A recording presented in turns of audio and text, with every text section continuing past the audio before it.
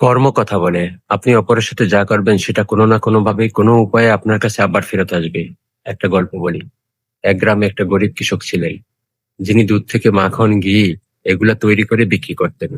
প্রত্যেক সপ্তাহে তিনি একটা বিশ্বস্ত দোকানে যেতেন এবং সেগুলো ওনার কাছ থেকে সেল করে আনতেন। দোকানদার ভাবতো লোকটা গরিব বিশ্বস্ত, তাই তিনি তার কাছ থেকে মাখন নিতেন। কিন্তু দুজনের মধ্যে এভাবেই অনেকটা সম্পর্ক তৈরি হলো। তারা জিনিসপত্র কখনো একে অপরের সাথে মাপামাপি করতো না। হঠাৎ একদিন দোকানদারের মনে হলো যে আমি যে জিনিসগুলো নিচ্ছি তা একটু মেপে দেখি। তখন দোকানদার মাপা শুরু করলো।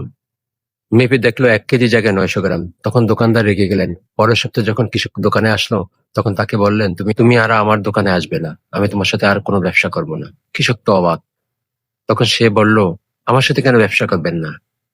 দোকানদার তখন বলল যে আমি তোমাকে বলি তুমি আমাকে 1 কেজি মাখন দাও, আর 1 কেজি টাকাই নিয়ে যাও, কিন্তু তুমি আমাকে মাখন দাও 900 গ্রাম।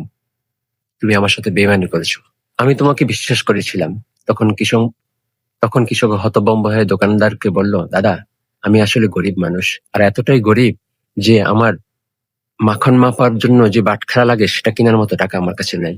তাই প্রতি সপ্তাহে বাড়ি ফেরার পথে আপনার দোকান থেকে যে 1 কেজি চিনি নিয়ে যাই, সেই চিনি দাঁড়িপাল্লার এক পাশে রাখি, অপর পাশে মাখন রাখি। এভাবে আমি মাপ করে আপনার কাছে নিয়ে আসি এবং সেল করি। তখন দোকানদার চুপ হয়ে গেলেন। কি বলবেন তা বুঝতে পারলেন না। কি বুঝলেন? আপনি যা করবেন সেটা আপনার কাছে আবার ফেরত আসবে। কলা বিক্রেতা তো মনে করে যে আমি কলায় ফরমালিন দেই। আমি তো কলা খাই না। কিন্তু সে কলা বিক্রি করে অন্য একটা জিনিস নিয়ে সে বাড়িতে যায়। ওই দোকানদারও ভাবে যে আমি তো ওই জিনিসটা খাই না, তাহলে আমি এটার মধ্যে ভেজাল মেশাতে পারি। বিষয়টা বিষয়টা হচ্ছে এরকম। আপনি যাই করেন সেটা আপনার কাছেই ফেরত আসবে। আমরা মানুষরা মনে করি যে আসলে আমার কিছু হবে না, কিন্তু আমরা মানুষরা নির্বোধ। আসলে বুঝতে পারি না আমাদের সাথেও যেটা হতে পারে। আর এভাবেই আমরা মানুষরা অন্যায় পথে হাঁটিয়ে অন্যায় করি। কিন্তু সৃষ্টিকর্তা উপরে ঠিক বসে আছেন, বসে বসে অঙ্ক করছেন। ঠিক আছে, তো এখন সময় আছে, একটু সাবধান হন। সবাই ভালো কাজ করার চেষ্টা করি। আল্লাহ হাফেজ।